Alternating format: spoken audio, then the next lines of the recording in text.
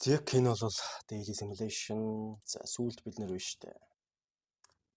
Daily simulation дээр сүүл болоо явсараад энд харагдж байгаа энэ 5 дугаар дугаар дээр 501 зууны 65% өсөлттэй байсан. Одоо бол яг 6 дахь дугаар нь хүрж байна. Гэхдээ яг тэр хугацаанд би хооронд нь нэлээ олон хоног simulation оруулж чадаагүй. Тэр хугацаанд simulation хийсэрсэн. Одоогийн байдлаар 547 зууны 84% өсөлттэй болсон байна. За сүүлд харснаас 1000% өсөлттэй. Тэгээ сүүлд хийсарилж бол 80 харилж байсан. Тэрнээс хойш 133 гэхлээр нэг за ойролцоогоор нэг 50 арилжаа хийсэн юм уу да 50 гаруй арилжаа хийсэн. Нэмж тийм ээ. За тэгэнгүүт ерөөдөө тэр 50 гаруй арилжаанаас тооцоо үзвэл 1 алдагдал 2 3 4 алдагдал 5 6 7 8 9 10 11 бас ачуу 12 13 14 15 16 17 18 19 20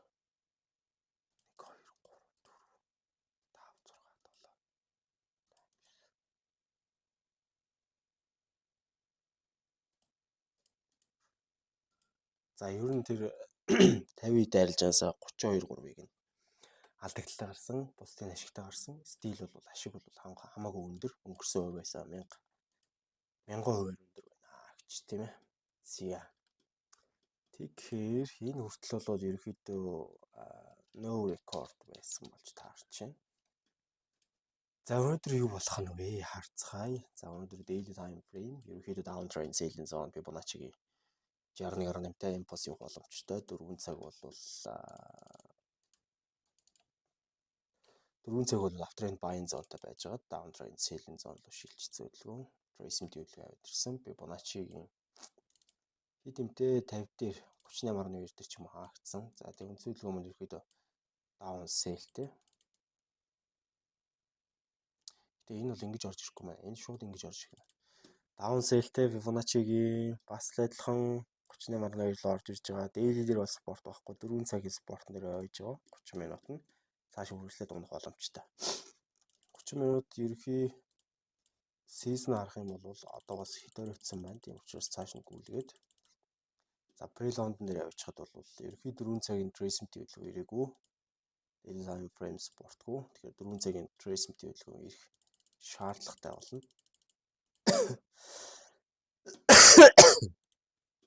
За тэгэнгүүт 4 цаг дээр Fibonacci-гийн 38.2 үлдэрсэн. Daily бол downтай. 30 минут бол downтай. За нэг resist-ийг хоёр дахь шалгасан нөхцөл байдалтай. За ерөнхийдөө маань ерөнхийдөө дээшээ 24 мөрөөр зэсэлтэй. 4 цаг маань доошоо бол за ойролцоогоор миний харж байгаачлан 117 унах боломжтой. 117 гос жилийн унах боломж байна л да. 117-оос илүү унах болоод ирэхээр ер нь жоохон итгэхгүй зоон руу ороод ирж байгаа. Тэгэхээр 117 120 гэдэг байдлаар авчээ. За тэгээ 30 минут гүйлгсэн. За ерөөдөө нэлээд риск ярилчаа.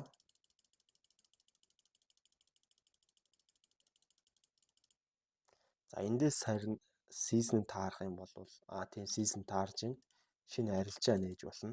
SL-ийг зөөж болно гэсэн хоёр төрлийн бас боломжууд гарч ирж байгаа. За нэг ойролцоогоор 15 pips SL-тэй. За 30 минутын дээр бол ерөөдөө доошоо нөө 40 pips-ийн TP-тэй. За ийм арилжаа гарч ирнэ. За тэнд SL зөөгдөд ерөөдөө энд SL зөөгдөж ирдийн шууд цогцох хэрэгтэй болж таарч байна. За юм болж байна. Одоо daily бол down хэвээрээ 4 цаг бол still downтай sell-тэй. 4 цагийн tracement хүрээд ирэх боломжтой. За 30 минутаар ерөөдөө авах болсон шалтгаан байгаа бох. 4 цагийн tracement төлөв авчрах нь. За 30 минут ерөөхдөө 4 цагийн tracement хөдөлгөөнийг бол авчирсан гэж үзэхээр байна. Тэгээд авчираад хөдөлгөөн маань хамгийн гол нь энд down болсон. Down болоод tracement хөдөлгөөний энд хийгээд орой үүсгэсэн. 4 цагийн үндсэн спортон дээр яг ойсон нөхцөл байдалтай байна гэж харах гад байна. 4 цагийн үндсэн спортон дээр яг ойсон уу? Эсвэл баг зэрэг өөрчлөлт байна уу? Тгийг бас хэмжих хэрэгтэй. За баг зэргийн өөрчлөлттэй юм байна. Гэхдээ яг 19 сая эсэлэн тогтоогоод daily бол даун 4 даун 4 цагийн Fibonacci 23-тай доошоо. За maybe ойролцоогоор 100. За баг 100-аас ч их байх боломжтой харагдаад байна да. Тавьчих. За 30 минут бол даун сел. 4 цаг бол даун сел. 4 цаг тийшээ унаад. За тийшээ ч унж орж ирэх хашийн. За ерөөхдөө яг тэгээд өгчээ. Яаж хоол тавьчихтай. За 30 минут даунаа үргэлжлүүлсэн. Ёроолыг эвдсэн үү гэдэг дээр. Ёроолыг бол эвдээгүй, тэрний candle нь ижлэхэн ихтэй гарч иж. За одоо ёроол эвдэж гарч ирж байгаа. За шинэ орой бол амралттай цаг нь биш байна. За тэр орой дээр бол SL-ийг бас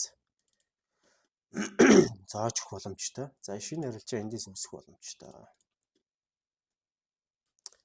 За 13 мөр хавцаа. Доошоо бол 100 арай биш баха. Доош хэд байгаа даа. Доошоо ер нь 75 мав дээр л авсан дээр. Юм биш харагдаж байна да. Яаж юм бэ? Үрээгүй жиж авчиж байна. За энэ бол симуляшны алдаа байж болох юм. Ямар ч тийм хөрсөн левел гараагүй авчлаа. За тэр орой дээр энийг ярьж байгаа шүү. Энэ орой дээр SL-үүд бүгд ирнэ. За яг сүүлчийн SL-ийг би энэ орой л бол тавьчих. За дараагийн SL шилжих зон бол мэдээж энэ орой болж таарч байна. Баг зэрэг дээр нь тавьчих. За тэгээд гүйлгэж итэл болно доо. За тэгээд SL маань бол энэ зөвхөдөж таарч байгаа. Ер нь бол яг daily-гийн заавал тэр зон дээр очих чинь алба ер нь байхгүй байсан. За тэгтээ ерөөхдөө тэгээд дараачийн хөдөлгөөнөөр бол очиж байна. Гэтэ эндээс дараачийн хөдөлгөөнөөр очихгүй харах гайгүй л шүү дээ. За эндээс бид нарт харилж байгаа арах хэсгийг бүгдээ харъя. За эндээс бол орой байна. Энд орой байна.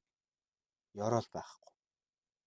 Энэ орой дээш сэтэрсэн тийм ээ. За энэ орой бол одоо дээш сэтрэд after end buying zone руу шилжсэн. Энд оройтой, ёроол байхгүй, оройтой. Энэ бол оройтой, ёроол байхгүй, оройтой. За ингээ 30 минут ингээд үндсэндээ бол даун чиглэл рүү шилжихтэй бүр энэ доор шилжиж орж ирж байгаа. Трейсмент авчрахгүй гэр хөдөлгөөн маань цааш унах бүрэн боломжтой харагдаж байна. Трейсмент авчрахгүй юмс. За ерөнхий анализ бол 100% биеллээ. Арилжааны хувьд гэх юм бол арилжааны хувьд ерөнхийдөө авах ёстой ашиг аваад гарч байгаа юм хэсэл харагдаж байна. За нэг иймэрхүү 1800% өсөлттэй simulation боллоо. Тэгээд trade room simulation most fucking complicated гэж яагаад нэрлсэн гэхээр үнэхээр бас хүндрэлтэй simulation байсан. За нийт 1 2 3 удаагийн sale. Нийт 3 удаагийн sale-ийн шийдвэр нийтдээ 5 удаагийн оролтоор нэлээ өөрхөн ашиг бас сүүлийн эд дээр нэг шиг боллоо. Коммент бичсэн байсан ч хайчсан. 80 133 дээр хамгийн сүүлчээр арилж авсан. Тэгэхээр энэ бол no record шүү за. За тэгээд 134 35 36 37 явчихж байгаа. Тэгээд энэ сая арилжаанд бол ерөөхдөө бүгд ашигтай. 32,318, 350,000, 35,254, 342,000 гэсэн ашигуудыг авчээ. За ийм нэг богинохон симуляшн боллоо. Бүгдэнд амжилт хүсье. Баярлалаа. Баяртай.